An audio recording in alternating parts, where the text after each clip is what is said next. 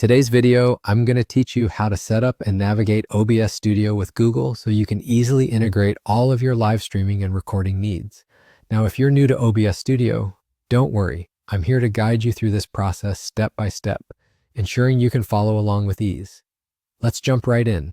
First, you'll need to open OBS Studio on your computer.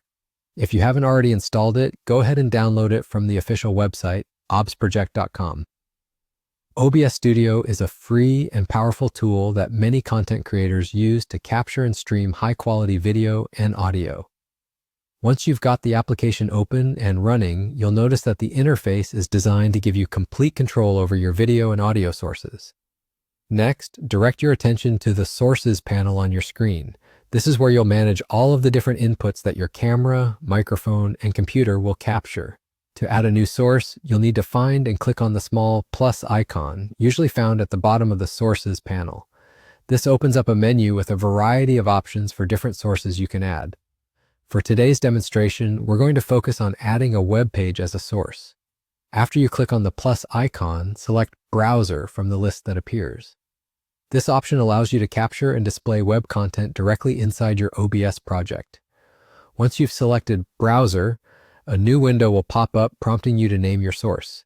This can be anything you like, so feel free to choose a name that will help you easily identify this specific source in your project. Now in the same window, you'll also see fields to enter the URL of the web page you'd like to display. Go ahead and type or paste the full web address of the page you want to capture. It's also a good idea to adjust the settings for the width and height to fit the dimensions of your video canvas. If you're planning to stream, ensure that these dimensions are compatible with your output settings for the best viewing experience. Once you're happy with these settings, simply click OK. You'll now see the web page display in your preview window within OBS Studio. You can reposition and resize it just like any other source, giving you full flexibility to arrange it to suit your stream or recording layout. And there you have it. You've successfully added a web page as a source in OBS Studio. With these basic steps, you're well on your way to creating engaging and dynamic streams or recordings. This method is especially useful for tutorials, live discussions, or whenever you need to share content directly from the web with your audience. I hope this guide was helpful in getting you started with OBS Studio using Google. Stay tuned for more content and tips to enhance your streaming and recording projects.